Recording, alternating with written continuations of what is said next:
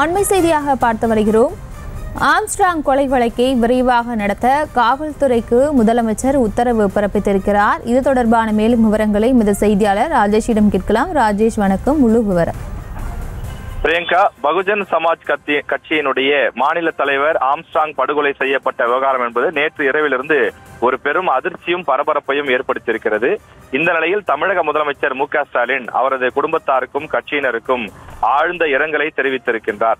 அதோடு மட்டுமில்லாமல் தொடர்ந்து இந்த வழக்கை விரைவாக நடத்தி குற்றவாளிகளுக்கு சட்டப்படி உரிய தண்டனை பெற்றுத்தர காவல்துறை அதிகாரிகளுக்கு உத்தரவிட்டுள்ளேன் என்பதையும் தெரிவித்துக் கொள்வதாக தன்னுடைய சமூக வலைதள பக்கத்தின் மூலமாக தமிழக முதலமைச்சர் மு.க. ஸ்டாலின் அவர்கள் தெரிவித்திருக்கிறார்.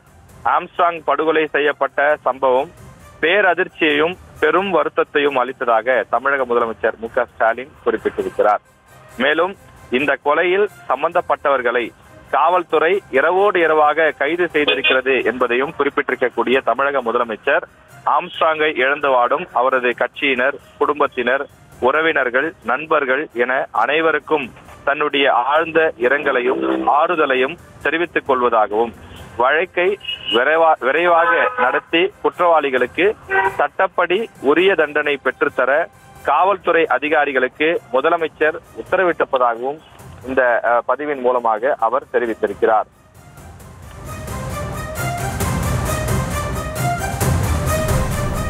விவரங்களுக்கு நன்றி ராஜேஷ்.